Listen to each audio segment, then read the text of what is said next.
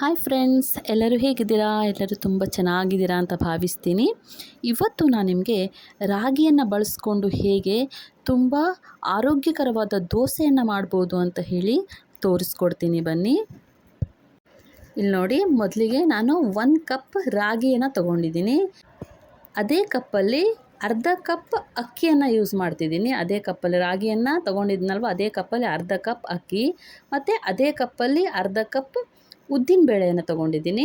ಮತ್ತು 1 ಸ್ಪೂನ್ ಮೆಂತ್ಯನ ಅದಿಷ್ಟನ್ನು ಹಾಕಿ ಚೆನ್ನಾಗಿ 2-3 ಸಲ ವಾಶ್ ಮಾಡಿ ಇದನ್ನು ನೆನೆಸಿಡಬೇಕಾಗುತ್ತೆ. ನೀವಿವಾಗ ನಾಳೆ ಬೆಳಿಗ್ಗೆ ತಿಂಡಿಗೆ ಮಾಡ್ತೀನಿ ಅಂತ ಹೇಳಿದ್ರೆ ಇದನ್ನು ಮಧ್ಯಾಹ್ನ ನೆನೆಸಿಟ್ರೆ ಸಾಕು. ಮಧ್ಯಾಹ್ನ ನೆನೆಸಿ ಸಂಜೆ ಅರೆದ್ರೆ ಸಾಕು. ಇವಾಗ ಅರ್ಧ ಗಂಟೆ ದೋಸೆ ಹಿಟ್ಟನ್ನು ಅರೆಯೋಕ್ಕೂ ಅರ್ಧ ಗಂಟೆ ಮೊದಲು ನಾನು 1 ಕಪ್, ಯಾವ ಕಪ್ಪಲ್ಲಿ ರಾಗಿ ತೊಗೊಂಡಿದ್ನಲ್ವ ಅದೇ ಕಪ್ಪಲ್ಲಿ 1 ಕಪ್ ಅವಲಕ್ಕಿಯನ್ನು ಅರ್ಧ ಗಂಟೆ ಮೊದಲು ನೆನೆಸಿಡ್ತಾ ಇದ್ದೀನಿ. ಇವಾಗ ನೋಡಿ, ನಾನು ನೆನೆಸಿಟ್ಟಿರುವಂಥ ರಾಗಿ ಅಕ್ಕಿ ಎಲ್ಲ ಇತ್ತಲ್ವ ಅದನ್ನೆಲ್ಲ ಚೆನ್ನಾಗಿ ಮಿಕ್ಸಿ ಮಾಡ್ಕೊತಿದ್ದೀನಿ. ಇದನ್ನು ನುಣ್ಣಗೆ ರುಬ್ಕೋಬೇಕಾಗುತ್ತೆ.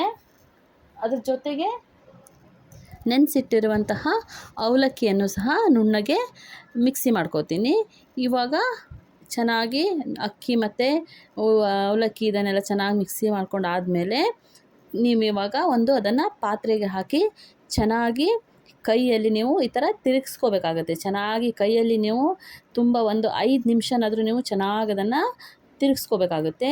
ಈ ಥರ ಮಾಡೋದ್ರಿಂದ ಹಿಟ್ಟು ಚೆನ್ನಾಗಿ ಉಬ್ಬು ಬರುತ್ತೆ. ಇವಾಗ ನಾನಿಲ್ಲಿ ಯಾವುದೇ ಥರ ಉಪ್ಪು ಮತ್ತು ಸೋಡಾ ಏನನ್ನೂ ಬಳಸಿಲ್ಲ.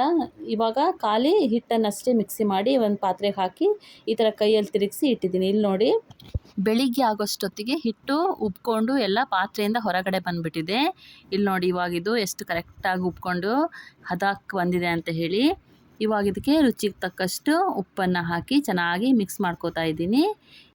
ಇದು ರಾಗಿಯನ್ನು ನೆನೆಸ್ಕೊಂಡು ಮಾಡ್ತಾ ಇರೋ ದೋಸೆ ಆಗಿರೋದ್ರಿಂದ ಇದು ಆರೋಗ್ಯಕ್ಕೆ ತುಂಬಾ ಒಳ್ಳೆಯದು. ಕೆಲವೊಬ್ಬರು ರಾಗಿ ಹಿಟ್ಟಲ್ಲಿ ದೋಸೆಯನ್ನು ಮಾಡ್ಕೋತಾರೆ, ಅದು ಒಂಥರ ಇರುತ್ತೆ. ಬಟ್ ಈ ಥರ ನೆನೆಸ್ಕೊಂಡು ಮಾಡ್ಕೊಂಡು ತಿನ್ನೋದ್ರಿಂದ ಅದು ಟೇಸ್ಟ್ ಕೂಡ ತುಂಬಾ ಚೆನ್ನಾಗಿರುತ್ತೆ. ನೀವು ಒಂದು ಸಲ ಮನೇಲಿ ಟ್ರೈ ಮಾಡಿ ನೋಡಿ ಫ್ರೆಂಡ್ಸ್. ಇಲ್ಲಿ ನೋಡಿ, ಇವಾಗ ಹಂಚು ಕಾದಿದೆ. ಸೊ ಇವಾಗ ನಾನು ದೋಸೆಯನ್ನು ಹಾಕಿ ತೋರಿಸ್ತಿದ್ದೀನಿ. ನಿಮಗೆ ಎಷ್ಟು ಕ್ರಿಸ್ಪಿ ಬೇಕಾದರೆ ಕ್ರಿಸ್ಪಿ ಮಾಡ್ಕೋಬೋದು, ಅಥವಾ ಸಾಫ್ಟ್ ಆಗಬೇಕು ಅಂತಂದರೆ ಸ್ವಲ್ಪ ನೀವು ದಪ್ಪ ಹಾಕಿ ಮಾಡೋದ್ರಿಂದ ಅದು ಸಾಫ್ಟ್ ಆಗಿ ಬರುತ್ತೆ. ಸೊ ನಿಮ್ಗೆ ಯಾವ ಥರ ಬೇಕೋ ಆ ಥರ ನೀವು ದೋಸೆಯನ್ನು ಮಾಡ್ಕೊಂಡು ತಿನ್ಬೋದು. ಇವಾಗ ಮೇಲ್ಗಡೆಯಿಂದ ಸ್ವಲ್ಪ ತುಪ್ಪವನ್ನು ಹಾಕಿ ತೆಗೆದ್ರೆ ಸಾಕು. ಟೇಸ್ಟ್ ನಿಜವಾಗ್ಲೂ ತುಂಬಾ ಚೆನ್ನಾಗಿರುತ್ತೆ. ನೀವು ಮಕ್ಕಳಿಗೆ ಲಂಚ್ ಬಾಕ್ಸಿಗೆ ಸಹ ಖಂಡಿತ ನೀವು ಇದನ್ನು ಸ್ವಲ್ಪ ದಪ್ಪವಾಗಿ ಮಾಡಿಕೊಟ್ರೆ ಸ್ಕೂಲ್ಗೆ ಹಾಕ್ಕೊಡ್ಬೋದು. ಸಾಫ್ಟ್ ಆಗಿರುತ್ತೆ. ನೀವು ಒಂದು ಸಲ ಫ್ರೆಂಡ್ಸ್ ಮನೇಲಿ ಟ್ರೈ ಮಾಡಿ ಹೇಗೆ ಬಂದಿದೆ ಅಂತ ಕಮೆಂಟ್ ಮಾಡಿ ತಿಳಿಸಿ. ನೀವೇನಾದರೂ ನನ್ನ ಚಾನಲನ್ನು ಇನ್ನೂ ಸಬ್ಸ್ಕ್ರೈಬ್ ಮಾಡದೇ ನೋಡ್ತಾ ಇದ್ದರೆ ದಯವಿಟ್ಟು ನನ್ನ ಚಾನಲನ್ನು ಸಬ್ಸ್ಕ್ರೈಬ್ ಮಾಡ್ಕೊಳ್ಳಿ ಫ್ರೆಂಡ್ಸ್. ನಿಮಗೇನಾದರೂ ನಾನು ಮಾಡುವಂತಹ ವಿಡಿಯೋಗಳು ಇಷ್ಟ ಆದರೆ ನನ್ನ ವಿಡಿಯೋಗೆ ಒಂದು ಲೈಕ್ ಮಾಡಿ ಫ್ರೆಂಡ್ಸ್, ಸಪೋರ್ಟ್ ಮಾಡಿ. Thank you. Bye friends.